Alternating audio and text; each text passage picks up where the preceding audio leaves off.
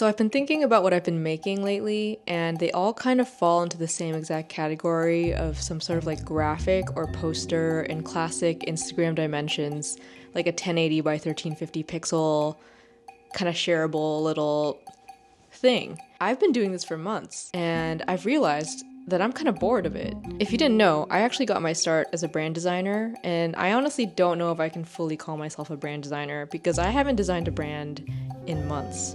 I used to pump out brands at an alarming pace, both real and concept brands, and today I feel like getting back to my roots. I want to build out a fun concept brand, and I want to take you guys with me, specifically through 2 steps. First, the ideation process. I want to show you how I kind of like come up with the idea, lay out a mood board. And 2, the organization process. I kind of want to take you guys through how I organize and lay out my final brand assets. And we're going to do that with the help of Milanote, who is kindly sponsoring today's video. Milanote is a tool for organizing all of your creative projects. You can add images, links, color swatches, files, to-do lists, and a lot more all in one place to brainstorm and organize your thoughts in a visual manner. I love it because it helps me plan out my ideas really efficiently. They have a ton of different templates to get started with, whether you want to make a mood board, design brief, weekly plan, or more. They also have templates for different industries, so whether you're a graphic designer wanting to create a storyboard, a fashion designer hoping to brainstorm your next collection, or you simply want to plan out your week, they've got you covered.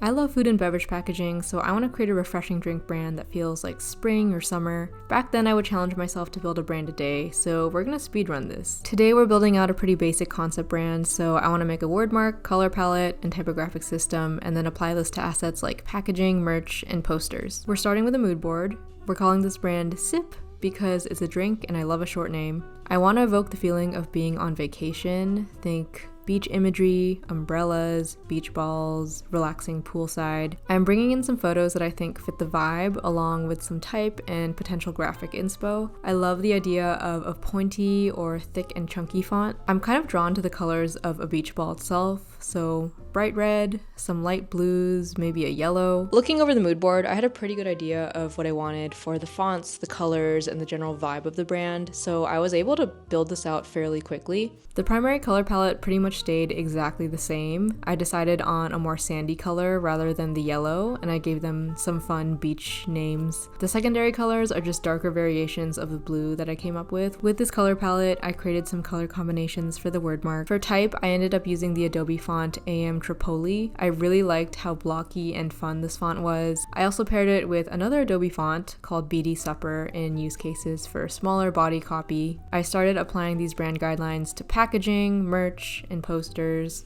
I used some free stock photos of beach imagery and then used the image trace tool in Illustrator and refined everything. For the can itself, I mocked it up in Photoshop and wanted to keep it pretty simple. I also added some descriptions of the net weight and the flavor.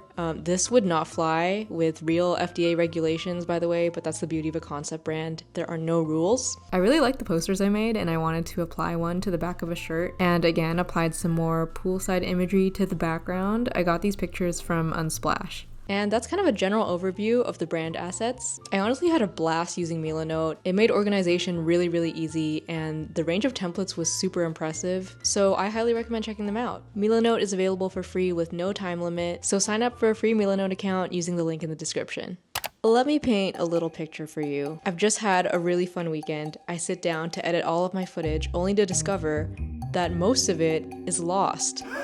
Naturally, I panic a little. I try recovery software, I fight back some tears, and then finally I just kind of have to accept that it's gone. Luckily, I filmed a lot of things on my phone and my other camera, so we have some stuff to work with. Compared to the first 2 months of the year, March has definitely felt a little bit lighter. I can almost feel the changing of the seasons. I think I just desperately needed a change of scenery. I've kind of been struggling with the winter blues, even though I do live in LA. It has been a little gloomy and just the vibe is down. At the beginning of the month, I actually got invited by Adobe to go to San Francisco for a summit. They invited a bunch of creators to get a sneak peek of some upcoming projects and give feedback on them. I've been to past Adobe events like Adobe Max before, but this one was a little bit different because it was way more intimate, and it was for Adobe Video.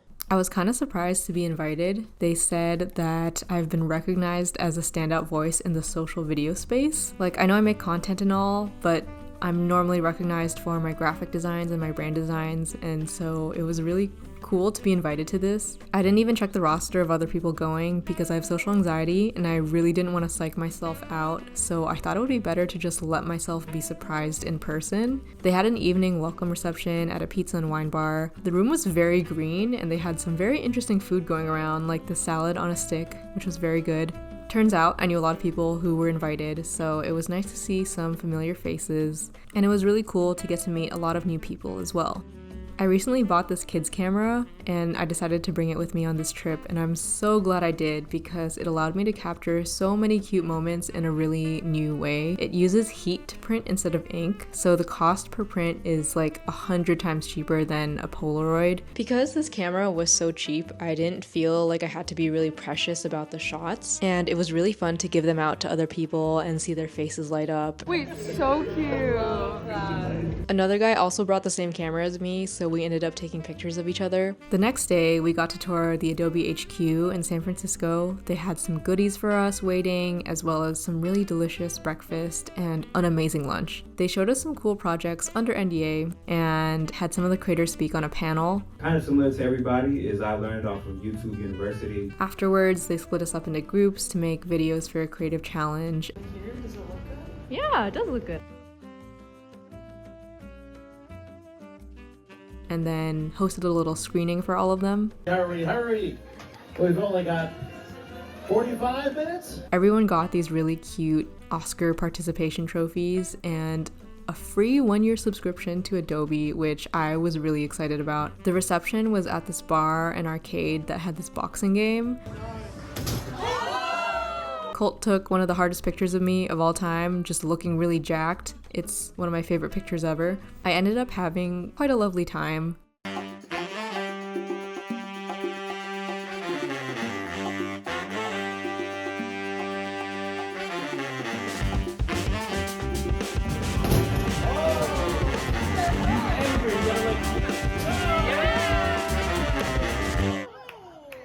I scheduled my trip so that I'd have an extra day to explore the city. It's funny to see the contrast in billboards. LA is full of like real estate and accident lawyer ads, while San Francisco is entirely about tech and AI. We went to the Golden Gate Park, which is my favorite park in the entire world. I always feel like I'm your guys'. Dude, you are our tour guide.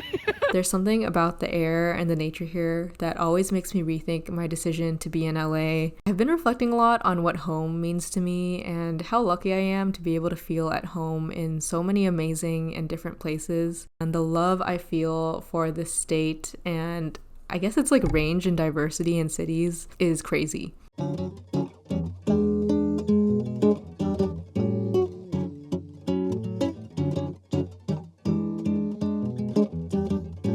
Eu já cansei de te chamar pra tu sair de casa, mas você só continua com essa enrolação.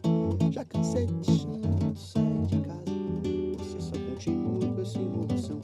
Eu já limpei e arrumei o que você pediu, enquanto você tinha outra coisa que arrumar. E mesmo assim te esperando você não saiu. Falou que falta eu botar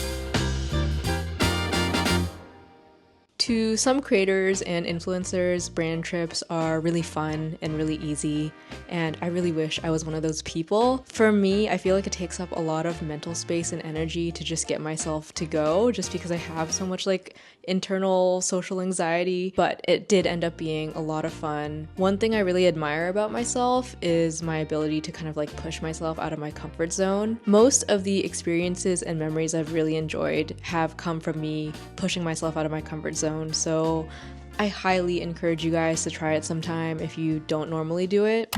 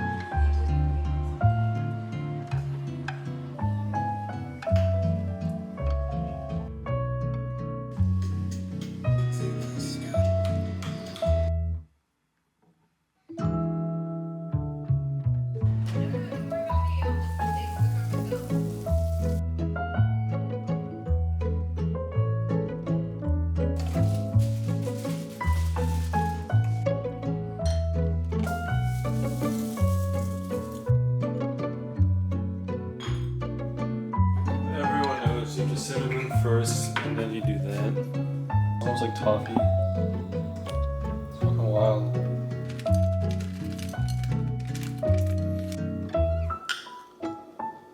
Yum. Okay, thanks. Have fun playing your games.